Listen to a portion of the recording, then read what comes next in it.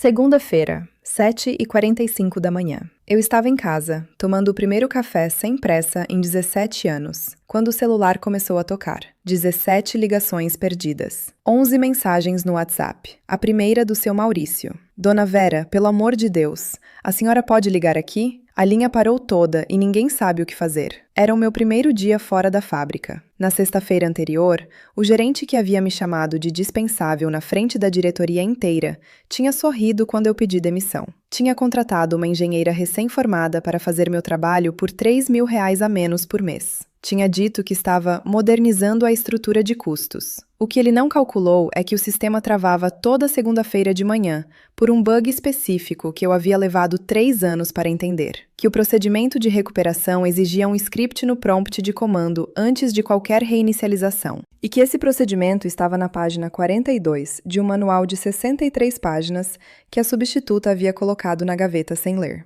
Às 9h20, o próprio gerente me ligou. A voz não tinha mais nenhum traço de arrogância. Curioso como no ambiente corporativo, muita gente observa tudo em silêncio, mas poucos se posicionam quando importa. Aqui acontece algo parecido. Mais de 95% das pessoas que assistem esse canal não são inscritas. Assim como nas fábricas, onde quem sustenta a operação costuma ser o último a ser reconhecido, cada interação aqui é o que faz essas histórias chegarem a quem precisa ouvir. Verifica se já está inscrita, deixa o like e escreve alguma coisa nos comentários. Pode ser só um olá ou o que você já espera dessa história. Respondi a ligação, com R$ 15.000 de consultoria emergencial na proposta e com toda a calma do mundo. 17 anos. É o tempo que leva para uma pessoa se tornar insubstituível em algo. Não porque buscou esse status, não porque planejou ser a única capaz de fazer aquilo, mas porque esteve presente dia após dia, enquanto a operação crescia, enquanto o software envelheceu sem ser atualizado, enquanto os fornecedores mudavam e os processos se acumulavam em camadas que só quem havia vivido cada uma conseguia navegar com a naturalidade de quem conhece o caminho com os olhos fechados. Comecei na Metalforte Autopeças em 2007 como assistente de produção. Com 29 anos, sem formação específica em engenharia, mas com uma disposição para entender como as coisas funcionavam de verdade, que foi me colocando em posições cada vez mais centrais ao longo dos anos. Quando Roberto chegou em janeiro de 2024, transferido da matriz alemã, eu era a supervisora responsável por toda a logística interna da fábrica. Controlava manualmente o abastecimento just-in-time de 4 linhas de montagem simultâneas, gerenciava o fluxo de 340 tipos diferentes de componentes entre 7 setores, coordenava a entrada de caminhões de fornecedores com as necessidades da produção em tempo real e mantinha funcionando um software legado de controle de estoque, instalado em 2010, que a empresa nunca havia atualizado e que tinha peculiaridades, travamentos e necessidades de ajustes manuais que só eu conhecia depois de anos lidando com suas falhas, enquanto todo mundo ao redor preferia fingir que o problema não existia. Roberto olhou para tudo isso com os olhos de quem chegou da Alemanha, convicto de que qualquer coisa que não estava num tablet era arcaica, e concluiu que eu era o problema, não a solução. Desde a primeira reunião gerencial, ficou claro que eu estava no topo da lista de ineficiências que ele havia mapeado com o tablet na mão, enquanto passeava pelas linhas de produção com a expressão de quem está fazendo o favor de aparecer. Em reuniões com os outros supervisores, ele tinha o hábito específico de quem usa a presença de testemunhas para amplificar o peso do que está dizendo. O trabalho da Vera é puramente operacional. Qualquer pessoa minimamente capacitada consegue administrar entrada e saída de materiais. Na Alemanha, esse tipo de função nem existe mais. Está tudo automatizado. Quando eu tentava explicar as complexidades reais do nosso sistema, como o software travava toda segunda-feira de manhã e precisava de um procedimento específico de reinicialização que havia levado 3 anos para eu descobrir, ou como certos fornecedores atrasavam entregas e eu precisava realocar materiais entre linhas para não parar a produção em tempo real. Ele me cortava dizendo que eu estava criando complexidade artificial para justificar meu salário. Era a explicação de quem já decidiu a conclusão antes de ouvir o argumento, e que usa a interrupção não porque tem uma resposta melhor, mas porque a resposta que existe não serve à narrativa que precisa manter.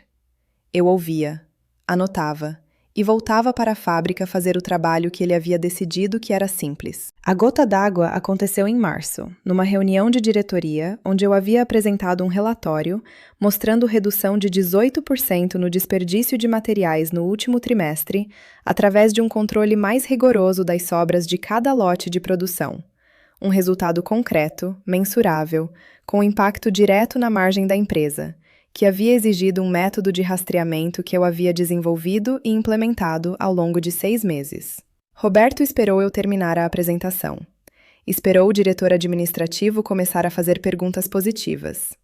E então disse, na frente do diretor administrativo e do gerente financeiro, com a cadência pausada de quem está sendo preciso: qualquer estagiária recém-formada em engenharia de produção faz esse tipo de controle básico.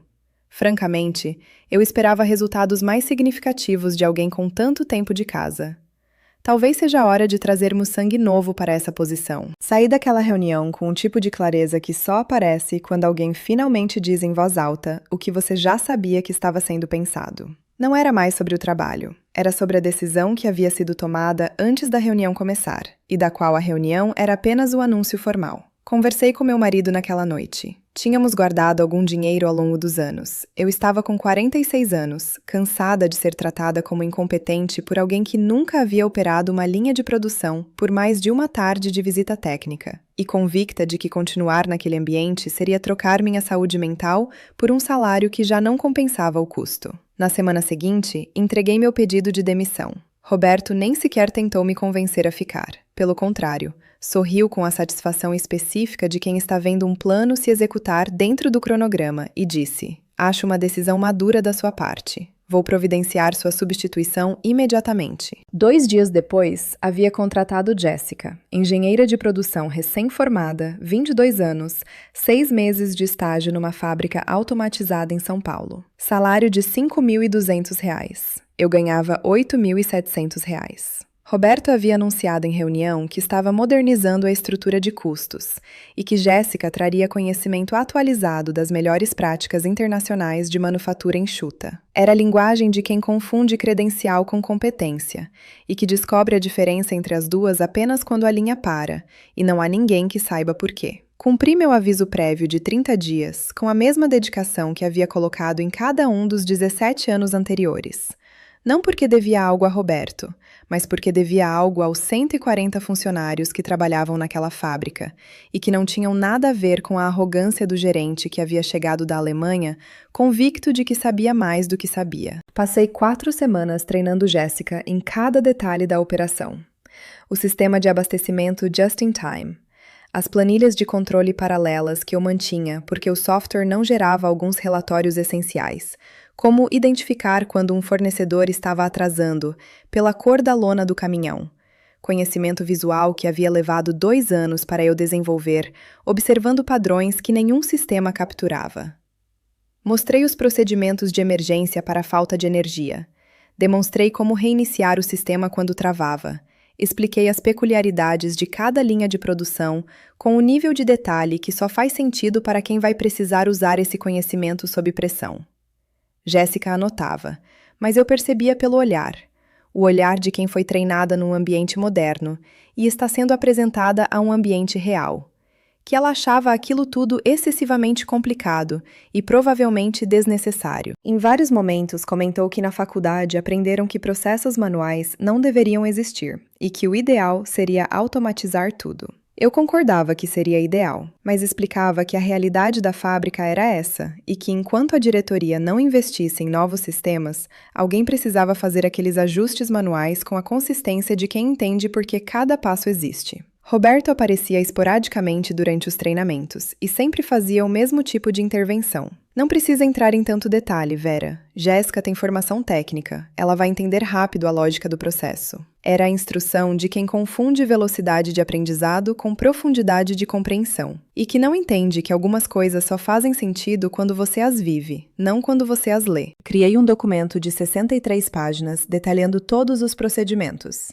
Prints de tela do sistema com anotações, telefones diretos dos fornecedores com notas sobre o melhor horário para ligar para cada um, sequências exatas de comando para cada situação de emergência, e peculiaridades de cada linha de produção que eu havia aprendido não em curso, mas em situações reais, onde o erro tinha custo imediato e visível.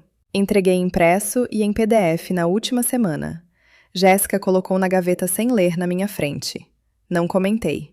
Havia feito minha parte, com mais cuidado do que qualquer política de transição da empresa exigia. O que acontecesse depois não seria por falta de documentação.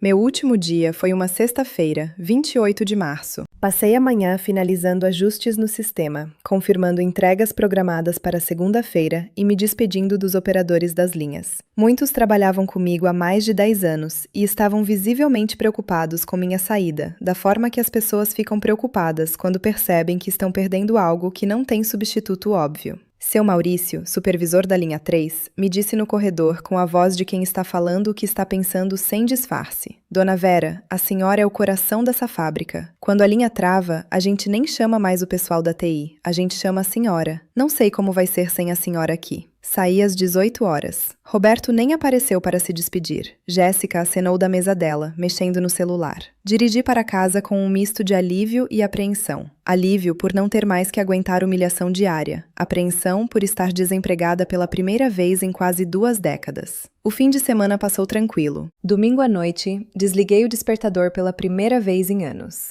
Não precisava mais acordar às 5h30 da manhã. Segunda-feira, 31 de março, acordei naturalmente às 8h15. Quando peguei o celular para ver as horas, quase o deixei cair. 17 ligações perdidas. 14 da fábrica, números que eu conhecia de cor depois de 17 anos, e 3 de números que não reconhecia. 11 mensagens no WhatsApp. A primeira era do seu Maurício, enviada às 7h45. Dona Vera, pelo amor de Deus, a senhora pode ligar aqui? A linha parou toda e ninguém sabe o que fazer. As seguintes eram variações da mesma urgência crescente. A última, das 8h12, era de número desconhecido. Vera, aqui é o Ricardo, gerente financeiro. Por favor, retorne urgente. Temos uma situação crítica na produção. Tomei café com calma. Não por crueldade, por necessidade de processar o que estava acontecendo e o que eu queria fazer com aquela informação. Às 8h40, liguei para o seu Maurício no celular pessoal. Ele atendeu no primeiro toque, com a voz de quem estava esperando aquela ligação desde as 7h30.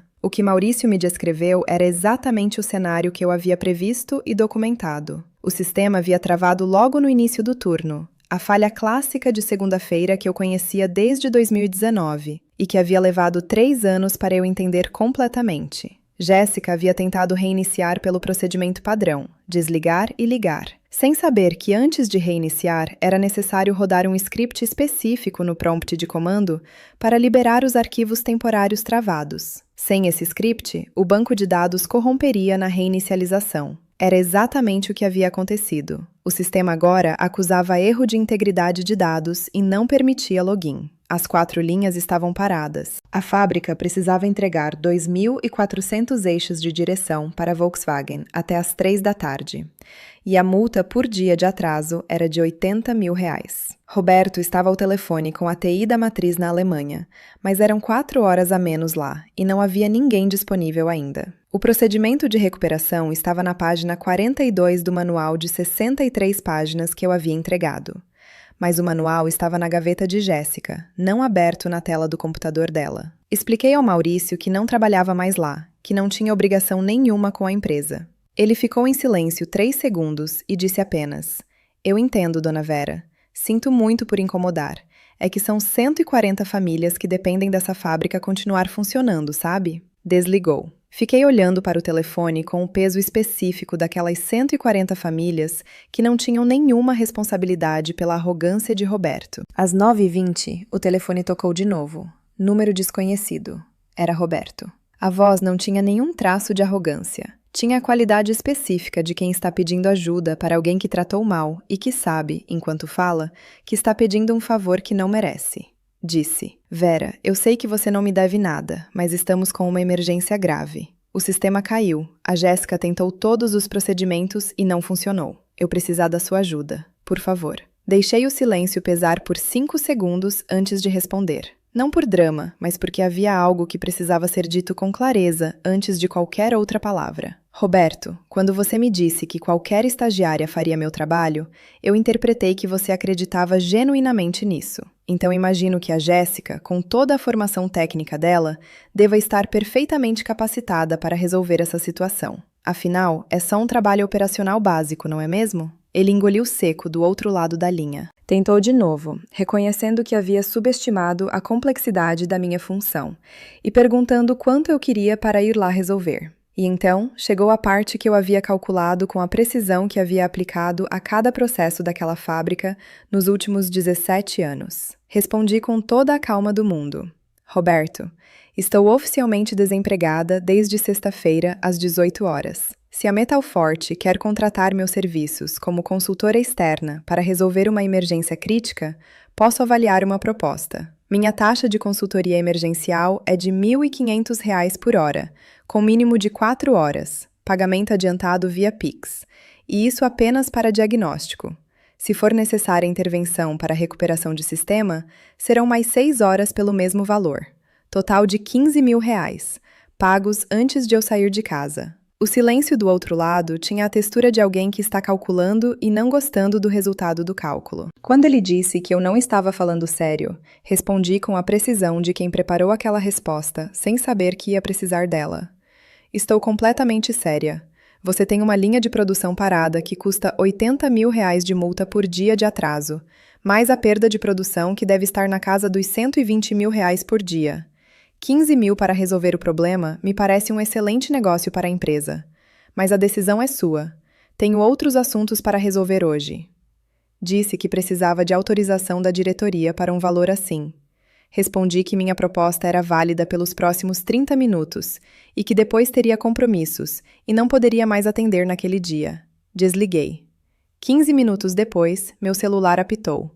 Pix de R$ 15.000 da Metalforte Autopeças Limitada. Referência: Consultoria Emergencial, Vera Santos. Esperei mais 5 minutos. Não por sadismo, mas porque havia algo simbólico em deixar aqueles 5 minutos passarem depois de 17 anos de disponibilidade imediata. Então liguei de volta. Pagamento confirmado. Chego aí em 40 minutos. Entrei na fábrica às 10h20 da manhã, pelo mesmo portão que havia entrado pela primeira vez em 2007. Jéssica estava na sala de reuniões com os olhos vermelhos, rodeada de papéis e printouts do sistema. A imagem de alguém que foi colocada numa posição para a qual não estava pronta, e que sabe, com a clareza cruel que a realidade oferece, que não estava pronta. Roberto estava ao telefone, visivelmente nervoso. Quando me viu, desligou na hora. Sentei na minha antiga estação de trabalho, que ainda tinha minha caneca de café esquecida na mesa, o que me disse que ninguém havia tocado em nada desde sexta-feira. Acessei o sistema pelo terminal de backup na sala de servidores. Rodei o script de recuperação de integridade do banco de dados, detalhado na página 42, seção 3.5 do manual que Jéssica havia colocado na gaveta. Esperei os 17 minutos de processamento com a paciência de quem já esperou esse processo centenas de vezes. Reiniciei os serviços na sequência correta e às 11h05 da manhã o sistema estava completamente operacional. As 4 linhas voltaram a funcionar com tempo suficiente para a entrega da Volkswagen. Fui até a sala de reuniões, onde Roberto e Jéssica me esperavam. Disse o que precisava ser dito com a economia de palavras de quem não precisa de audiência para ter razão. O problema foi exatamente o que avisei durante o treinamento. O sistema trava toda segunda-feira de manhã por um bug no módulo de sincronização noturna. O procedimento de recuperação está detalhado no manual que preparei. Página 42, seção 3.5. O sistema está funcionando agora, mas vai travar de novo na segunda que vem se não rodarem a manutenção preventiva toda sexta-feira às 5 da tarde. Também está no manual, página 51. Fiz uma pausa, olhei para Roberto com a serenidade de quem já processou o que precisava processar e não carrega mais raiva, apenas clareza. Só para constar, meu trabalho aqui está concluído. 2 horas e 40 minutos de trabalho efetivo, cobradas como 4 horas conforme combinado. Se simplesmente lessem o manual de 63 páginas e seguissem os procedimentos, não precisariam contratar ninguém. Afinal, como você mesmo disse, é tudo muito básico. Qualquer estagiária consegue fazer. Saí da fábrica ao meio-dia. Roberto estava branco. Jéssica olhava para o chão. Seu Maurício me acompanhou até o portão e disse em voz baixa: "Obrigado, dona Vera." Eu sorri, entrei no carro e fui para casa com a leveza específica de quem não precisa mais provar nada para ninguém. porque a realidade já havia feito essa prova com uma eficiência que nenhum argumento em reunião jamais conseguiria replicar. Na quarta-feira seguinte, o diretor administrativo me ligou com oferta de retorno como coordenadora de operações. Cargo acima do anterior, salário de R$ 13.500, bônus trimestral atrelado ao desempenho da produção, reporte direto à diretoria sem intermediário de Roberto. Agradeci com sinceridade, porque ele sempre havia sido uma pessoa decente, e recusei com a mesma. Expliquei que durante minha semana de férias forçadas, havia conversado com o dono de uma fábrica concorrente, que me conhecia de longa data por congressos do setor automotivo, e que havia recebido proposta de gerência industrial com salário inicial de R$ 15.000, participação nos lucros e autonomia total para estruturar os processos como eu considerasse adequado. Havia aceitado. O diretor entendeu. Antes de desligar, me contou algo que eu não precisava ouvir para me sentir bem, mas que era bom ouvir de qualquer forma. Roberto havia sido transferido de volta para a Alemanha.